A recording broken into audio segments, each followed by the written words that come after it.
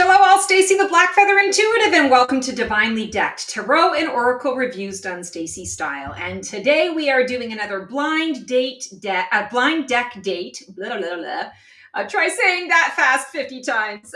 Not so great.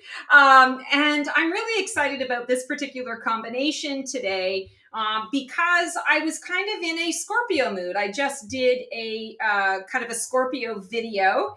And these decks really just kind of spoke to me in terms of, let's see what these two might have in common. And they both have kind of a scorpionic feel or scorpionic vibe to them. So let's check it out. We've got the Tarot of the Shadow Realm, and this is from Earth Moon Magic. And then we have the Wisdom of the House of Night Oracle cards. This is PC Cast and Colette Baron Reed. So, without further ado, let's get to it and check out these fabulous cards. I've had this deck for years now. I adore this deck, quite frankly, and it's not one that I see a lot of people use or a lot of people even talk about at all. I want to say it's kind of an older, it's Hay House. It's an older one. It's got just beautiful gilding on it. It's square, which I love. They don't do that a lot. They round out the corners, but I just love the square in them. Anyway, all right, I digress. Let's take a look, and we are meeting for drinks. We're at the bar. We've sent the pictures to one another, so we know what each other looks like. We found each other at the bar. Let's take our first impressions. What is it that we're noticing? So first things first, I love that they're both based in like black, the black background. This is a little bit of a, I want to say, kind of a more rose petal finish or a matte finish. This has a little bit of a sheen, not too much, but there is a little bit of a difference. They're both bordered, which I think is, pretty interesting. And the central focus is an eye. This isn't an eye, but it is a moon, and it is a circular shape. And I think that that is very interesting, that we have some similarity. So the lines, everything lines up. This is, I want to say, a little more ornate in its description or its imagery than this is. This is a little more simplistic in nature, but that's okay. I feel like it works. This has a lot of gold tone, and this has like a deeper gold tone. So we're kind of in the ballpark. Not exact, but we're in the ballpark. So, all right, we're ordering our first drink. We're sitting down, and we're starting to get to know each other. So what do we see? What do we notice? Okay, so they're both, again, bordered. This one is bordered similarly to the outside of the border. This one has a beautiful red gilded border. It is gilded on the side. Just want to point that out. So that's really cool in terms of its consistency. And what do we have here? We have the King of Coins and the High Priestess of Earth. So I want to say it's like not king and queen, but we have Earth, coins, pentacles, Earth, energy. So right off the hop, I feel like there is a good pairing here, masculine and feminine, the divine masculine and feminine coming up. What's interesting to me here is, he's sitting on his throne and the sun is behind him, giving him a little bit of a halo. And here we're noticing the High Priestess of Earth, not so much that she has a halo of light, but she has a halo of flowers and foliage that is behind her, a headdress. She's got the moon because she's the High Priestess. She's got the moon on her forehead. Here he is focusing on the sun, but the sun it gives me an impression that the sun is setting. So we're getting close to the moon time. So I feel that there is some similarity here. The colors obviously are a little bit different. They don't exactly match, but I also don't feel that they are so radically different that it hurts my eyes. So I'm really liking that. Also, we have a singular figure and a singular figure. Here we are, and of course, this is Tarot of the Shadow Realm. So it is dealing with the underworld. We're not going to be seeing, a ton of leaves and greenery and foliage and all that kind of stuff, but we are seeing roots. We are seeing the hint of a Mother Earth, Mother Nature energy. And so I feel that there's a really good combination, really good synergy so far in that regard. Queen of Coins. Okay. So now we're looking at the Queen of Coins and message. And so color-wise, this is not matching necessarily. There isn't a lot in combination, but what I find interesting is we've got the blue and the red. So we've got two primary colors standing on their own and the yellow. So all the primary colors are here. So I feel like there is some synergy in that regard, that they're both bold in their kind of their essence, their energy, the core energy of the cards in that primary way. It's not secondary energy, it's primary energy. So bold energy that's coming through. Queen of Coins, of course, she's around her flowers and her foliage. We are seeing a little bit of foliage here. We've got a beautiful bird that is, it looks like flying, getting ready to land, to pick up the scroll, perhaps picking up the scroll to send it along to someone else. So not a ton of commonality here, but we are seeing, again, the color. I feel like the core essence, we're seeing that these two card decks are bold in their energy. Here we have the Knight of Coins. Okay, so maybe I've not shuffled this deck up. You know, it's quite possible that I didn't shuffle this deck up. So let me shuffle this up for a second. I just realized, so I bought this deck a while back, and I did a deck review on it, and we'll just swap this one out so we don't have solely coins. No, I got a page of coins, okay. I guess it's supposed to be that way. That's too funny. Anyway, on the deck review, the deck was missing the 9 of coins, ironically, and so I had to reach out to the creators, and I just asked for a new card, and they just sent me a whole new deck. So I just realized I haven't really worked with this particular deck yet. But anyway, okay, so it's supposed to be coins, and here we have movement. What I find fascinating here is we've got the horse and the horse. They're both pretty much in the same position, heading in the same direction. I love the skyscape in the background, looks very similar as well. This is kind of a sepia, black and white and sepia energy. This is definitely, obviously, got more color to it, the reds and the oranges, but I'm definitely feeling that they're heading in the right direction. You know, there's definitely movement in the right direction. They have similar things that they want to achieve, especially even just looking at the background is a bit similar too. You know, mountains in the background. You know, here we have a body of water and some foliage. Here it's not the water, but you have the castle in the background. And so there's just very much a lot of similarity and a lot of synergy here, which I like. We'll do one more. Here we've got the Empress and listening. Interesting.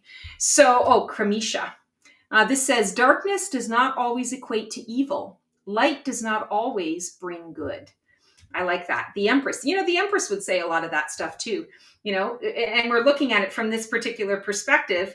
You know, she's got her creatures, but her creatures are, I don't know, they're dead looking. They're zombie-like. They're creatures of the underworld. And so I feel like this is really important because it is the tarot of the shadow realms. We're looking at it. It doesn't mean that just because they look dark or they come from the dark means that they have, you know, nefarious purposes or that they are mean in nature at all. The dark still has an Empress, and the Empress is all about the abundance and the creativity and the sexuality and that ocean of emotion energy. And so here we have listening. So I feel like this deck is saying, I feel you. I hear you. I understand that you beat to the tune of your own drum. I understand that you take a different perspective in life, and I'm right there with you.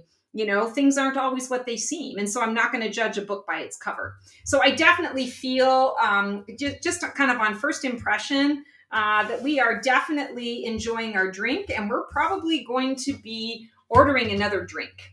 So let's see what the spark is here. What unique chemistry emerges when these two decks blend, their voices blend. Let's see what's coming out here.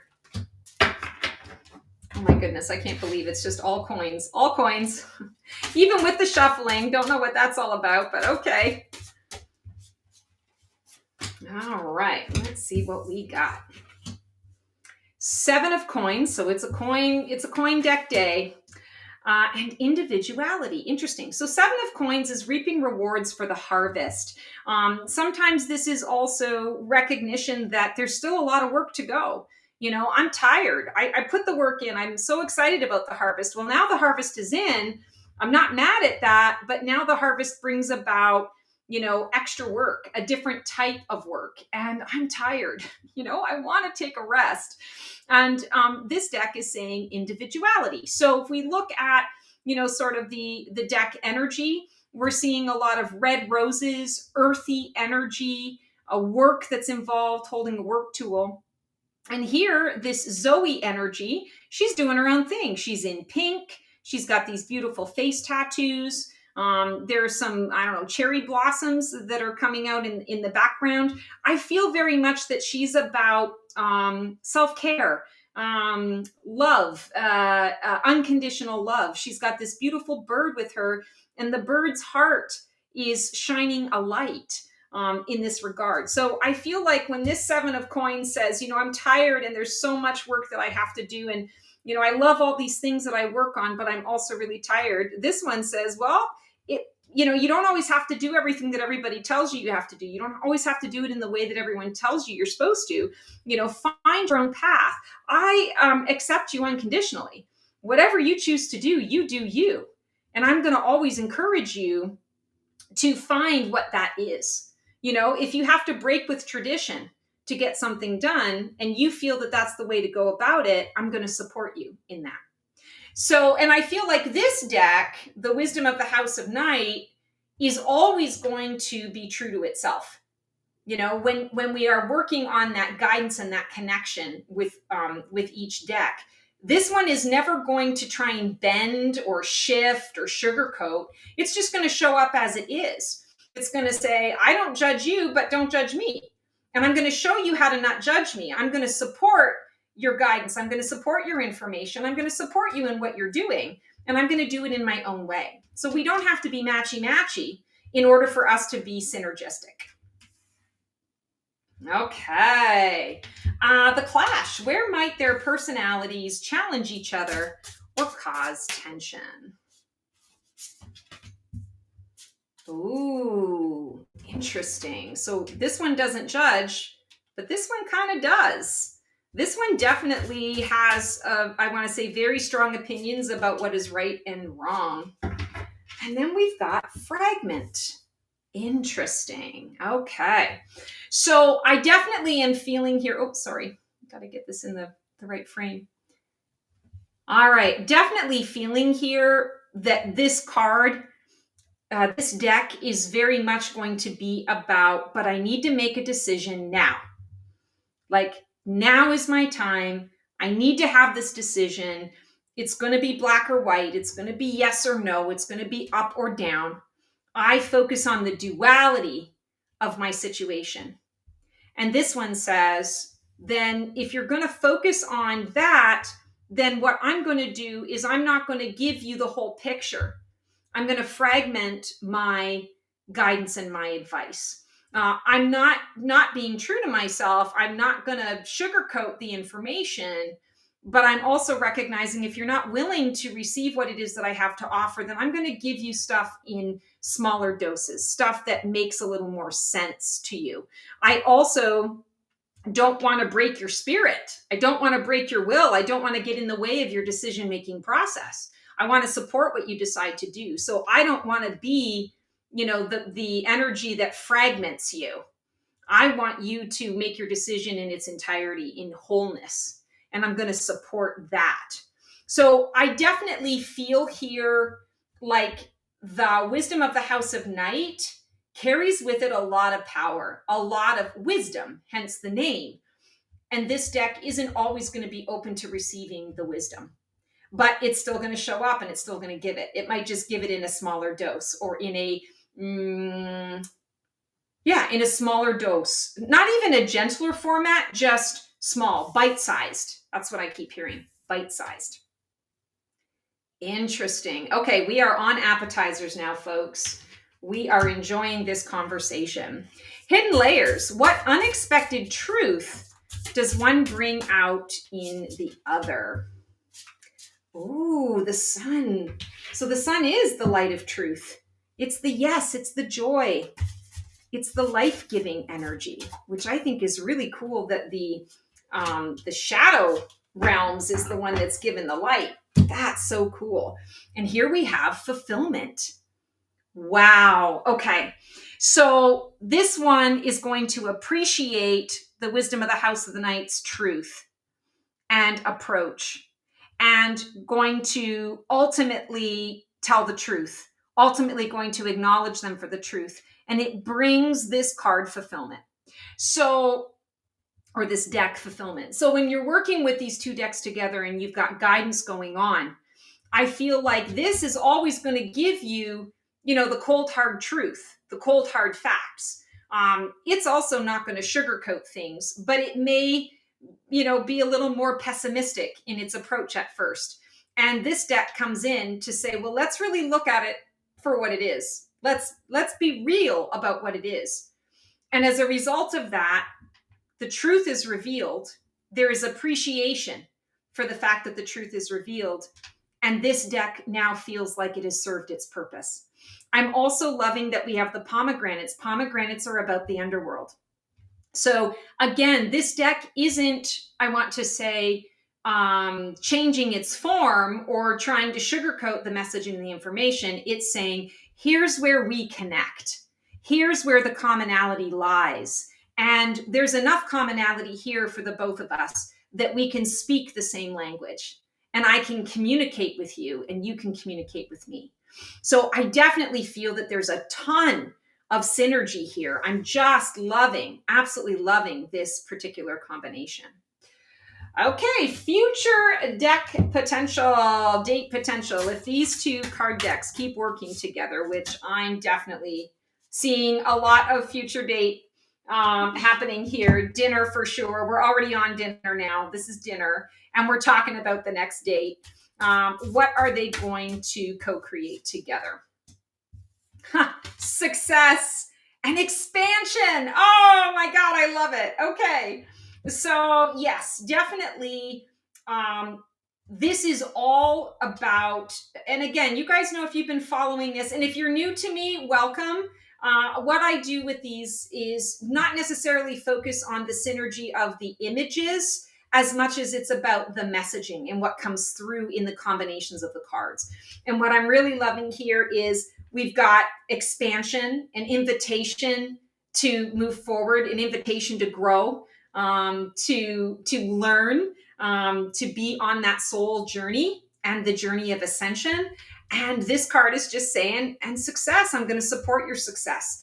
Our energies together, blended or alchemized, are a magical thing. There is nothing but, I want to say, support. Even in the conflict, there's still support in all of this. Oh my God, guys, that's amazing. So that is our blind deck date for Tarot of the Shallow Realm and Wisdom of the House of Night. I'm definitely going to be having more deck dates. And I definitely feel a relationship building out of these two card decks. I'm super pumped about this. All right, guys, that is our blind deck date for this edition of Divinely Decked Tarot and Oracle Reviews done Stacey style. As always enjoying connecting with you guys in this way. Please drop a like. Let me know what you're thinking about these in the comments. It always helps me to know whether you're liking these things or not liking these things. I want to be making content that, really gets you guys excited and keeps you informed. And I always like to do it with a little bit of fun. Also, if you want to take the conversation a little bit deeper, I now am able to offer memberships through my YouTube channel. Please click the join button to check out the 3 options that I have. Would love to be able to connect with you guys in that way or any other way that you need. Until we see you for another episode, sending you lots of love and support. We'll see you on the flip side and transform well.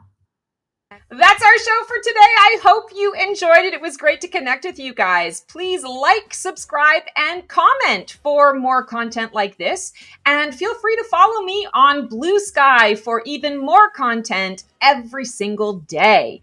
Can't wait to see you guys next week for another installment of Black Feather Couture, Divining the VIP Life.